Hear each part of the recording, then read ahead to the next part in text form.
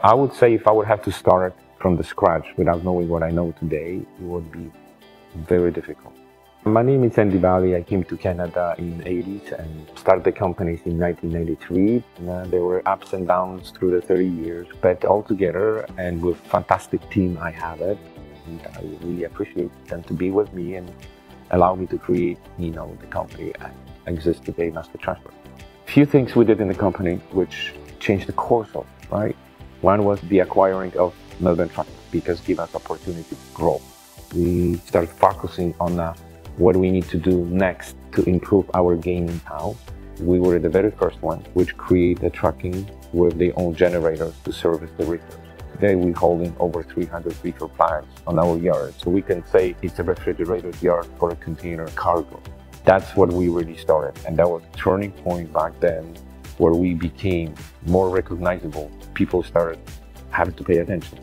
Probably I would say the main change course in a company to go in the growth in directions where we are today was my son Adrian joining the company. He finished university, software engineering and McMaster, and he practically took it over from my hands, all the software creations. The company grew based on developing products from the IT and from software engineering into the area you could not purchase in the market. And that's what Adrian really did. The vision for the school was complicated. Number one was how do we prepare the drivers into our fleet, and we decided that we need to have some sort of joined together program which is good enough for our drivers and is good enough for the insurance actually to insure these people, because that school was handling two types of drivers. The newcomers, which they would have to be taught how to drive the truck from day one, and then the experienced drivers on a different type of trucking to be prepared to drive for us as a container company. So that's how the school was born, and that's how the school is thriving until today. We are operating a new state-of-the-art facility in Burlington, which is much more an advance with simulators, with the projectors, with the school side, with the school classroom side.